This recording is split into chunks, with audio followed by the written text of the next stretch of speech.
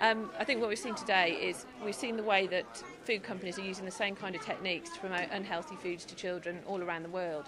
The kind of promotions that you've got here on the food packaging is exactly the kind of thing that we have in the UK, where companies are putting cartoon characters always on the unhealthy foods rather than on the healthy ones. And it's just one type of technique. They're using television, they're using internet, and they're using sponsorship, a whole range of different techniques to target children with unhealthy foods.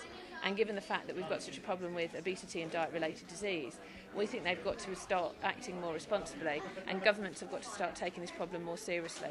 So that's why we're working with Consumers International, because we want to have an international code on marketing of foods to children to ensure that you do have a more responsible approach and these kinds of techniques are better controlled. Well, I think obviously marketing is just one factor, but it is a very important influence on what children eat. And when we've done research talking to parents in the UK, they find it really frustrating because they're trying to get their children to eat healthily, and then you go around the supermarket and you see these kinds of promotions, and they always want the cereal that's got the cartoon character or the packet of biscuits that's got the cartoon character. And unfortunately, they're never on the healthy products, they're always on the unhealthy ones. So we think if you start to tackle this, it will make it easier for parents to get their children to eat healthily, and just stop distorting the message that it's always the unhealthy foods that children find more appealing. These companies are very clever at knowing exactly what appeals to children.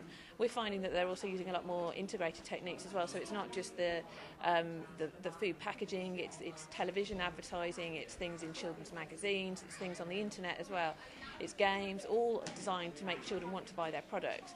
And that would be fine if it was on the healthy foods, but unfortunately it's on the unhealthy ones. So we think they do need to be much more responsible. Well, if you look around the world, obesity and diet-related disease are huge problems. In the UK, 1 in 3 children is now overweight or obese. And a report came out last week which predicted that by 2050, about 60% of the UK population is going to be obese.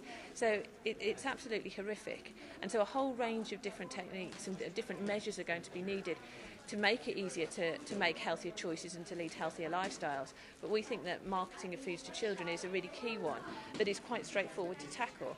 But at the moment we've seen some reluctance to actually go far enough and to make sure that companies do accept that they have to stop using these types of promotions in the way that they are.